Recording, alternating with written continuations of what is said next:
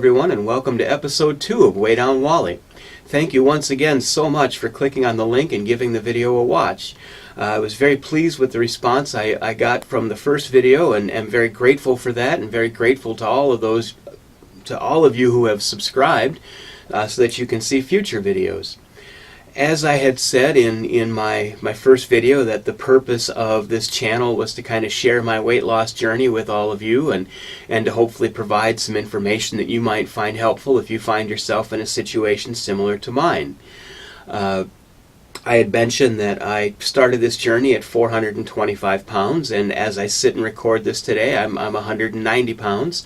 That was also my weight in the last video, so I do think that I'm at a point now where I've lost all the weight that I'm going to lose, and what I have left to go is pretty much just excess skin. I'll talk a little bit more about that later, because in this video I want to talk about how I got to this point and hopefully what is going to come next. So when I first started this journey, and I was at 425 pounds, the first place I went was to Weight Watchers, and I did really well with it.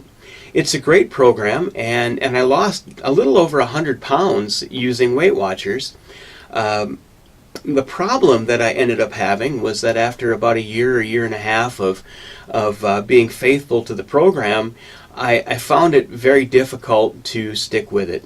Now that's just me. That may not be your experience. You may jump in and you may do really well, and you may continue to do really well. I know people who have lost significant amounts of weight with Weight Watchers and have kept it off. I know one guy locally who's lost well over 200 pounds with Weight Watchers and has maintained that and has done a great job. So that could be a viable option for you.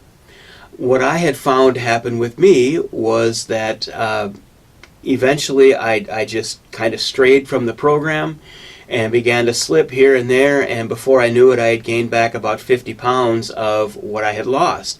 I had gone from 425 to about 320, maybe got a little lower at a few points, but then I found myself getting back up to 375.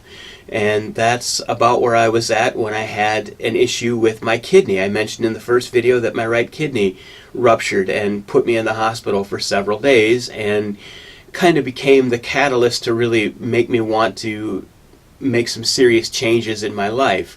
And I began to talk with my doctors about it, and my cardiologist was a very, very big advocate for me to have gastric bypass surgery. I mentioned that to my primary, and he was also on board and said that he would do whatever he needed to do to help me to get there. So that was great. I had a great medical team behind me, and I began to investigate what my options would be, and found out that gastric bypass surgery was not an option under my insurance.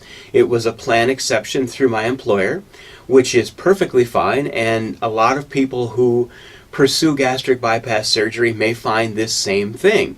It just is not covered by your particular insurance. Fortunately for me, I happen to know and am friends with some really incredible people, some really generous people, and these folks, and there were a lot of them, helped to make it possible for me to raise the funds to get gastric bypass surgery. I am forever grateful to the generous people that contributed and made this all possible, because it's given me a second chance at life, and so I can never thank those people enough. So I got the money together to have the surgery and began to go through the process to have the surgery done locally. I attended a seminar, got additional information, got information on the cost to self-pay for the surgery, and began to go through the process. What I found in my local area, at least, and again, others who've had this surgery may have a different experience, but there are quite a few hoops that one has to jump through before they can get to the point where they have surgery. And a lot of that, I think, is really good. I think that there are things that they try to do to prepare you not just physically but mentally and emotionally for the surgery, because it really is a big deal, and we'll get more into that in a little bit as well, and probably in some future videos too. But those things are important. However, what I found was that it could take up to a year between when you start the process and when you finally get to the operating table to have the surgery. And I was concerned, because of all the health problems that I was having, that I might not have another year.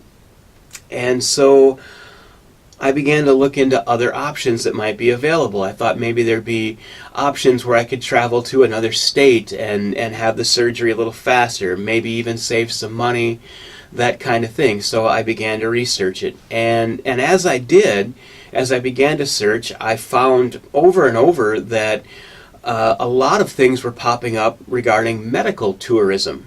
It was something I really hadn't heard of before. But began to look into it, and I began to see a lot of people having success in going to Mexico and having gastric bypass surgery. So I researched and researched, and I came upon a company called BeLiteWeight. And I'm actually going to provide a link to their website in the description box below the video, so look for that if you find yourself in a situation similar to mine. So yeah, I found this company, BeLiteWeight, and researched them as best I could, and finally made a phone call to them and spoke with them about the process, spoke with them about what needs to be done, cost, all of that, and very quickly felt really comfortable with this company. And so I thought about it some more and read all of the testimonials that I could, did a search on YouTube to find any video testimonies that might be out there, found a lot of them, was very happy about that, and it seemed to be that a lot of folks were having great success with this company and with going to Mexico to have gastric bypass surgery. So I made up my mind that I was going to go through this company, and I was going to just bite the bullet and travel to Mexico and have the surgery done. Like anybody else, I certainly had concerns about it. I thought, am I going to go to Mexico and have this surgery and wake up in a bathtub full of ice with a cell phone in one hand and a note in the other that says call 911 immediately? I didn't know. I was scared. But I called BeLiteWeight. I made an appointment, and within 3 weeks, I was on the operating table having my surgery. Not only that, I saved a great deal of money going this route, and have been able to put some money aside now for when I have the skin removal surgery. But anyway, back to Mexico. I flew into El Paso, Texas, and a driver from the hospital met me at the airport. Super nice guy. Met me at the airport, took me across the border and to the hospital. And once I got there, I checked in, got to my room. They did blood work, they did a chest x-ray, they did an EKG, a number of other tests to make sure that I was okay to have the surgery. And once that was done, they told me that I could go anywhere I wanted within walking distance of the hospital and enjoy a nice last meal. And so I did that. I actually, out of all the places I could have chosen to go, I ended up going to McDonald's. It was close to the hospital, and just having fast food one last time started like a good idea, so that's what I did. And came back to the hospital, and the next morning they did a little bit of prep on me, and that afternoon I had surgery, and about 2.5 hours later, 2 hours and 45 minutes later, was back in my room and began the recovery process. Now, what I have to say is that my experience in Mexico was absolutely fantastic. Everything was exactly as BeLiteWeight said that it was going to be, and had no issues with anything. The doctors, the nurses, the staff were all so friendly. All of the doctors spoke perfect English. There was no issue with that whatsoever.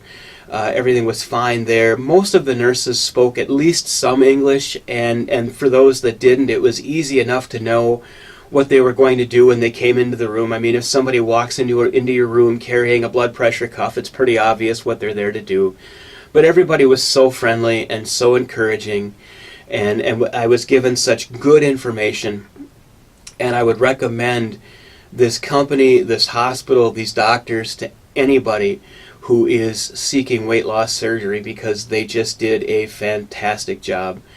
This company also has, I believe they refer to him as a butler, kind of a concierge kind of a guy who is on the floor 24 hours a day that you can call anytime, who is bilingual, who will get you anything that you need, and was so helpful throughout the whole process. He arranged for me to get back to the airport in El Paso when I was discharged. It was just a great experience. I flew into El Paso, Texas on a Monday, was checked into the hospital on a Monday, had surgery on a Tuesday, and was discharged and flew home to Wisconsin on a Thursday. Could not have gone better. And since that time, I have lost 185 pounds. I was 375 the day of my surgery, and I am now 190, as I've said before. So that is how I got where I am right now. There were a lot of things along the way that I was not prepared for. I mentioned being emotionally prepared, being mentally prepared for the surgery. A huge part of this journey, of this surgery, of going through all of this, is a mental game. It really is. There are things that maybe you don't consider before you have the surgery. One of the biggest things that I can say to you is that this surgery is not a magic bullet. It is not a thing where you have this operation and you're magically going to lose weight. You still have to eat right. You still have to exercise. You still have to do the right things. You have to follow the plan that your surgeon gives you, because if you don't, you're going to fail. Plain and simple, you're going to fail. It is not a magic bullet. And you are going to go through times as you go along on your journey where you will crave some of the old foods that you used to love. You will want to have those things, and you have to discipline yourself not to have those things. You can try it, and for the first several months, maybe even the first year after you have your surgery, you will get sick if you try to have some of those foods, or at least most people do. If you try to have things that you shouldn't have, you'll get sick. If you eat too much, you'll get sick. If you eat too fast, you'll get sick. There are those things, and that's where the surgery is a tool, because it really does help you to modify your behavior. But if you try hard enough, you can defeat the surgery. You can, and people have, and I know people and know of people who have had the surgery, lost the weight, and gained it all back. So you can't have the attitude that it's a magic bullet, and you have to be ready for the mental and emotional challenges that will come. You know, there are going to be days where you see people eating foods that you used to love, or you smell the foods that you used to love. You know, I used to love, like, riding past KFC on my motorcycle and just taking in the smells because it was so wonderful. And that plays with your head after you have this surgery. It does. It just does. And you have to overcome it. And thankfully, I have been able to do that and continue to do that. And hopefully, if you go down this road, once you see the results that you have, once you begin to feel better, you'll realize that you feel way too good to ever want to go back. But that said, you have to do your part. Anyway, I'll talk more about that kind of thing in a future video. I probably want to do an entire video on a lot of the challenges that I faced as I went through this and as I continue to go through this. Really, I guess for the remainder of this video, I just want to talk about what I think is coming next, which, as I said before, is skin removal surgery. This does scare me. It's a big surgery, maybe not quite as major as the gastric bypass surgery was, but there's just a lot to it, and I'd be lying if I said I wasn't a little bit nervous and a little bit scared. But I also really strongly feel like I need to go down this road to complete the transformation. As I sit here today, I believe I've got about 20 or 25 pounds of excess skin that needs to be removed, and although I look much better than what I did when I was so large, I definitely need to have this done to kind of complete the journey. I'm not going to take my shirt off and show you all the loose skin, so you're all welcome for that, but it's there, and it's a problem, and it is unsightly, and I just really want to get it taken care of. So that's the next step, and I'm researching options for that now, and I am hoping that sometime this summer I will be able to have that done and kind of complete the whole process. Anyway, that's really all that I wanted to cover today. Sorry if I went too fast, but anyway, feel free to give the video a like and hit that subscribe button if you're so inclined.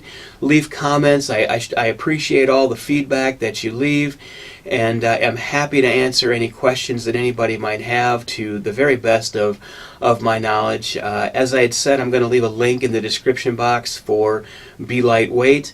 I would highly recommend contacting them, and I want to say also that I am not being paid by anybody to make this video. I'm not a compensated endorser for BeLiteWeight. I'm just a guy that had a great experience with them and is happy to share. I did contact BeLiteWeight before making this video to make sure it was okay that I mentioned them by name and that I put a link to their website up with the video, and they are completely happy with that, and have said that they look forward to seeing the video and all of that. So thank you so much for watching. I truly appreciate it. I thank all of you for taking the time, and I hope that you'll continue to tune in as more content becomes available. Thanks, everyone.